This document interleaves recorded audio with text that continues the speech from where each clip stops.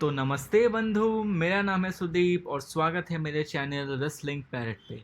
तो एक धमाकेदार AEW के ऑल आउट पेपर व्यू के बाद WWE अपने प्रोडक्ट को कैसे बेहतर बनाना चाहती है, क्या क्या चीजें वो प्लान कर रही है, उसके रिगार्डिंग एक न्यूज आ चुकी है। उसके साथ साथ हम बात करेंगे कि PWI की तरफ से टॉप 10 रेसलर की लिस्ट के बारे में 2021 की, जिसमें शामिल है कुछ बड़े बड़े WWE के नाम भी। और अगर आप रॉयल रंबल पेपर व्यू के फैन हो तो रॉयल रंबल 22 के लिए अभी के हिसाब से क्या बेटिंग ऑड्स है वो हो गए है रिवील। इन सारी बातों को जानने के लिए इस वीडियो को बिना स्किप किए हुए लास्ट तक जरूर देखना। इसके साथ साथ चैनल को सब्सक्राइब करके नोटिफिकेशन बेल को भी ऑन कर दीजिए। तो फिर चलिए शुरू करते हैं इस वीडियो के अंदर। सबसे पहले हम बात कर लेते हैं केविन ओवेंस के बारे में। तो मैंने आपको कल बताया था कि केविन ओवेंस का जो कॉन्ट्रैक्ट है वो अगले साल जनवरी के मंथ में एंड होने की संभावना दिखाई दे रही है। अब ये डेट जो है वो एक्सपेक्टेड डेट से बहुत आगे खत्म हो रही है। पहले ये न्यूज थी कि केविन ओवेंस ने 2018 साल में एक 5 साल का कॉन्ट्रैक्ट साइन किया था WWE के साथ, तो हिसाब से वो 5 साल की कॉन्ट्रैक्ट खत्म होने में 2023 का वक्त लगता। लेकिन न्यू रिपोर्ट ये आ रही है कि जब कोविड का टाइम स्टार्ट हुआ था उस टाइम WWE ने अपने कुछ सुपरस्टार्स के कॉन्ट्रैक्ट के साथ नेगोशिएशन किया था। किसी का शायद कॉन्ट्रैक्ट बढ़ा दिया था या फिर किसी का कॉन्ट्रैक्ट डिक्रीज कर दिया था। तो उस न्यू कॉन्ट्रैक्ट के हिसाब से केविन ओवेंस का जो कॉन्ट्रैक्ट एंड की डेट है वो निकल के आ रही है जनवरी 2022।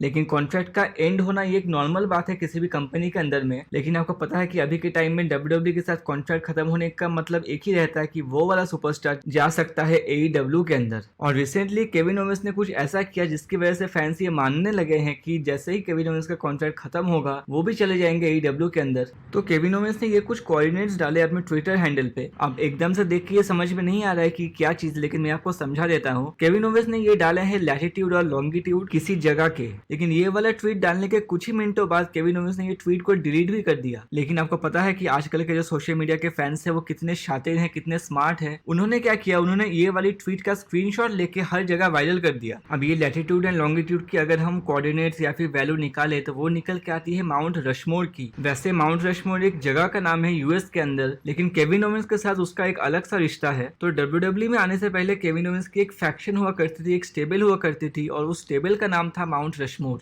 और उस स्टेबल के अंदर लोग कौन कौन थे, उसके अंदर थे केनी ओमेगा, यंग बक्स और केविन ओवेंस खुद। और अब केनी ओमेगा और यंग बक्स कहाँ पे है, वो लोग है AEW के अंदर। और यही स्पेकुलेशन चल रही है कि केविन ओवेंस यही टीज करना चाहते हैं कि वो भी आने वाले टाइम पे AEW में जाने की तैयारी कर रहे हैं। अब अगर सचमुच ऐसा ही हुआ तो फिर मुझे नहीं पता कि क्या होगा WWE का, क्योंकि ऐसे करके तो सभी अच्छे से सुपरस्टार्स WWE से निकल जा रहे हैं। अब इन सब चीजों से सबसे ज्यादा फर्क या फिर इफेक्ट उन लोगों को पड़ता है जिनके ऑलरेडी दोस्त रह चुके हैं AEW के अंदर, मतलब जिसके साथ ऑलरेडी WWE के कुछ सुपरस्टार्स पहले काम कर चुके, जैसे केविन ओवेंस हो गए, डैनियल ब्राइन ने भी पहले केनी ओमेगा के साथ काम किया हुआ है, यंग बक्स भी बहुत पॉपुलर है। तो अगर दूसरे कंपनी के ऐसे सुपरस्टार आपके कलीग, आपके दोस्त आपको अगर कहते हैं कि वो वाली कंपनी ज्यादा बेटर है आप जिस कंपनी में अभी हो, तो आपका जो माइंड है वो ऑब्वियसली डाइवर्ट हो जाता है कि मैं दूसरी कंपनी में जाके ज्वाइन करूं जहां मेरी बुकिंग अच्छी तरीके से हो। अभी ये कुछ शुरुआती खबरें हैं केविन ओवेंस के रिगार्डिंग में। अभी जनवरी को होने में 3-4 महीने हैं, और जैसा कि मैंने आपको कल बताया था, अगर WWE को केविन ओवेंस को सचमुच रोकना है तो उनकी बुकिंग थोड़ी अच्छी करनी पड़ेगी। हम चलते हैं हमारी अगली अपडेट की तरफ, जो कि जुड़ी हुई है 14 time world champion the game triple H के बारे में। तो WWE ने अपने ट्विटर हैंडल पे एक चीज कंफर्म करी कि ट्रिपल एच को एक सर्जरी करवानी पड़ी अपने एक कार्डियक इवेंट के बाद। मतलब आप ये समझ सकते हो कि ट्रिपल एच को कोई हार्ट की प्रॉब्लम होगी जो कि जेनेटिक हार्ट इशू बताई जा रही है, और उसकी वजह से ट्रिपल एच को एक सर्जरी भी करवानी पड़ी। लेकिन इसमें गुड न्यूज ये है कि ये बताया जा रहा है कि ट्रिपल एच एक फुल रिकवरी कर लेंगे और उसकी वजह से उनको कोई प्रॉब्लम नहीं आने वाली है। अब सच बताऊं कि जब मैंने ये न्यूज देखी कुछ मिनटों के लिए मेरी धड़कनें जो है वो रुक गई थी, क्योंकि आप अगर ऊपर देखोगे तो WWE ऐसे अनाउंस कर रही है कि ऑफिशियल स्टेटमेंट फ्रॉम WWE, और रिसेंट टाइम में ऐसे स्टेटमेंट WWE कब देती है, जब उनको किसी सुपरस्टार को रिलीज करना पड़ता है। अब वो वाली लाइन पढ़ने के बाद मैंने नीचे ट्रिपल एच की जब फोटो देखी मुझे लगा कि अब तो ट्रिपल एच भी गए कंपनी से। लेकिन उसके बाद जब मैंने पूरी न्यूज पढ़ी तब मुझे समझ में आया कि नहीं, चलो ठीक है। अभी अब हम अगर ट्रिपल एच के इन रिंग रिटर्न की बात करें तो ट्रिपल एच ये पहले ही बता चुके हैं कि वो जरूर एक बार रिटर्न करना चाहेंगे मैच के लिए, लेकिन वो अभी इतने बिजी हैं कि उनको टाइम नहीं मिल पाता है। अब वो तो बहुत बिजी हैं, लेकिन सुपरस्टार्स की झड़ी लग जाती है उनको चैलेंज करने के लिए। हमने पहले भी देखा हुआ कि AJ स्टाइल्स ने भी ये बताया कि कैसे वो ट्रिपल एच को फाइट करना चाहते सकते हैं उनके रिटायरमेंट मैच में रेसलमेनिया के अंदर सेम तरीके से जैसे अंडरटेकर को उन्होंने फेस किया हुआ था। अब रिसेंटली एक और सुपरस्टार है जिन्होंने हमें बताया कि वो पहले ट्रिपल एच से फाइट करने की बात ट्रिपल एच से कर चुके हैं, और वो है हमारे current US champion Damien priest. तो मेट्रो के साथ बात करने के टाइम में डेमियन प्रीस्ट ने ये इन्फॉर्म किया कि कैसे इस साल की जो रेसलमेनिया थी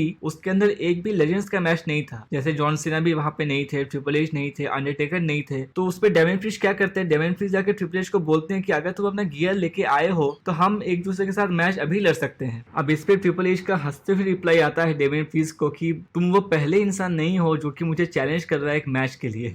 अब ये तो सही बात है, हम तो देखते ही रहते हैं कि कैसे बहुत सारे सुपरस्टार ट्रिपल एच को चैलेंज करते रहते हैं कि वो उनके साथ उनका रिटायरमेंट मैच लड़े, लेकिन अब ट्रिपल एच के पास टाइम कब होता है, वो कब रिंग में वापस आते हैं, ये तो हमें देखना ही पड़ेगा। लेकिन यहाँ तक मुझे लगता है वो कभी ना कभी तो वापस जरूर आने वाले हैं एक लास्ट मैच लड़ने के लिए। नेक्स्ट हम लोग बात कर लेते हैं PWI के निकाली हुई एक लिस्ट के बारे में जो फीचर करती है 2021 की टॉप 500 रेसलर की लिस्ट। अब 1 से लेकर 500 तक किसके नाम है उनके बारे में हम बात नहीं करने वाले, हम बात करने वाले हैं कि उस लिस्ट में टॉप 10 में कौन कौन है। और एक बात मैं आपको पहले क्लियर से समझा देता हूँ कि ये लिस्ट सिर्फ WWE रेसलर्स की नहीं होने वाली है, इस लिस्ट में ग्लोबल प्रमोशन और ग्लोबल सुपरस्टार की लिस्ट होने वाली है और उनमें से टॉप 500 की लिस्ट है ये। और ये लिस्ट जो है आप अपनी स्क्रीन पे अभी देख सकते हो। तो इस पे नंबर 8 पे है हमारे फिन बैलर, नंबर 6 पे है जॉन मॉक्सली जो कि डीन एम्ब्रोस थे WWE के अंदर, नंबर 4 पे है ड्रू मैकिंटायर, नंबर 3 पे है हमारे almighty WWE champion Bobby Lashley, 2 number पे नाम आ रहा है हमारे यूनिवर्सल चैंपियन रोमन रेंस का, और इस लिस्ट को टॉप कर रहे हैं केनी ओमेगा। और अगर मैं गलत नहीं हूँ तो ये लगातार दूसरा साल है जिसके अंदर केनी ओमेगा लिस्ट में नंबर 1 पे है। अब ये जो रैंकिंग आई है इसके ऊपर ट्विटर थोड़े से डिवाइड हो गए हैं। कुछ फैंस का ये कहना है कि रोमन रेंस को 1 नंबर पे होना चाहिए था, लेकिन उसको काउंटर करके कुछ फैंस बोल रहे हैं कि जिनको लगता है कि रोमन रेंस को 1 नंबर पे होना चाहिए था वो जाके AEW में केनी ओमेगा के फाइट्स देखे। अब मुझे पर्सनली इतना नहीं पता कि केनी ओमेगा को नंबर 1 पे होना चाहिए या फिर रोमन रेंस को होना चाहिए था, क्योंकि मैं केनी ओमेगा को उतना फॉलो करता नहीं हूँ। आप मुझे कमेंट करके जरूर बताना कि आपको क्या लगता है, क्या केनी ओमेगा 1 नंबर पे होने के लिए सही है या फिर उसकी जगह रोमन रेंस को होना चाहिए था। हम चलते हैं हमारी अगली अपडेट की तरफ जो कि जुड़ी हुई है 2022 की रॉयल रंबल के अभी के बेटिंग ऑड्स के बारे में। और हाँ, ये बेटिंग ऑड्स अभी सिर्फ वुमेन्स रॉयल रंबल की निकली है, मेंस के लिए अभी तक निकली नहीं है। तो स्काई बेट ने ये अर्ली बेटिंग ऑड्स रिलीज की है जिसके अंदर में हम देख सकते हैं कि नंबर 5 पे बेटिंग ऑड्स पे जीतने के लिए फेवरेट है रैक्वेल गोंजालेस और सोनिया डेविल, दोनों के सेम ऑड्स है वहां पे। नंबर 4 पे 4 लोगों के बेटिंग ऑड्स सेम है और वो है Becky Lynch, Charlotte Flair, Paige और शेना बेजलर। नंबर 3 पे नाम आता है the baddest woman on the planet Ronda Rousey का। नंबर 2 पे है नाम रिया रिप्ली का। और अभी के हिसाब से बेटिंग ऑड्स को लीड करती हुई नजर आ रही है हमारे द बॉस साशा बैंक्स।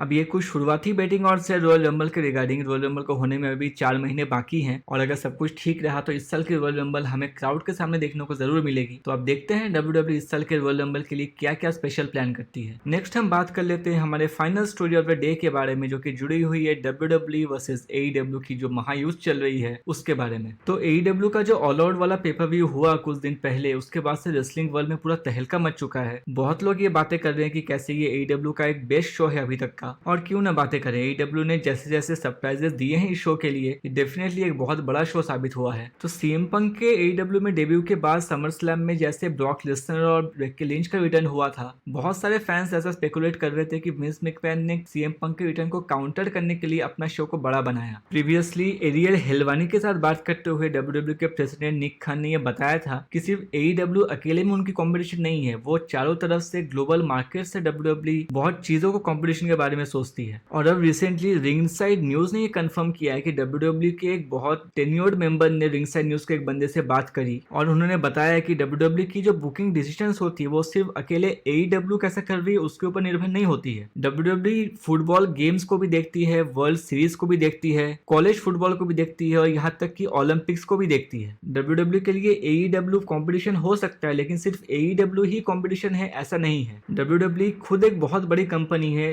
इसलिए वो ग्लोबल मार्केट के साथ कंपटीशन करती है, ग्लोबल इवेंट के साथ कंपटीशन करती है और ना ही कि सिर्फ AEW के साथ। तो इसका मतलब यही हुआ कि WWE जो है हर चीजों के अंदर नजर रखती है, उनके कंपटीशन में लोग क्या क्या करते हैं, कैसे कैसे करते हैं। तो हम ये समझ सकते हैं, हम ये मान सकते हैं कि अपकमिंग कुछ टाइम के अंदर WWE के अंदर हमें कुछ चेंजेस देखने को मिल सकते सकते हैं। अब चेंजेस तो ठीक बात हो गए और रिटर्न्स भी सही बात हो गए। WWE को हर चीज में काम करनी पड़ेगी, लेकिन मेरे हिसाब से जो सबसे इंपॉर्टेंट बात है कि WWE को अपनी स्टोरी लाइन्स को सही करना पड़ेगा और उनको फ्यूचर के लिए सुपरस्टार्स क्रिएट करना पड़ेगा। और जो ऑलरेडी सुपरस्टार्स WWE के अंदर है उनको ये भरोसा दिलाना पड़ेगा कि वो WWE के अंदर सेफ है और वो उतना पैनिक ना करे ताकि वो WWE से निकल के AEW में जाने की कोशिश करे। और ये सब चीजें तभी हो पाएंगी जब आप उस सुपरस्टार के लिए एक्चुअली कुछ अच्छे काम करके दोगे, उनको अच्छी स्टोरी लाइन्स दोगे। तो अब आगे देखते हैं कि WWE सचमुच कुछ अभी रियली कर पाती है या नहीं, या फिर वो अभी भी AEW को अपना कॉम्पिटिशन नहीं मान के कुछ भी करती रहे और सुपरस्टार जो है एक एक करके WWE को छोड़ते हुए नजर आए। तो आज की ये वीडियो यहीं तक की थी। अगर आपको ये पसंद आई हो तो इसको लाइक या शेयर करना ना भूले। इसके साथ साथ चैनल को सब्सक्राइब करके नोटिफिकेशन बेल को भी ऑन कर दीजिए ताकि आपको रेसलिंग से जुड़ी हर न्यूज, अपडेट्स और इवेंट्स की जानकारी इस चैनल पे मिलती रहे। तो ठीक है बंधु, मिलते हैं आपसे अगली वीडियो में।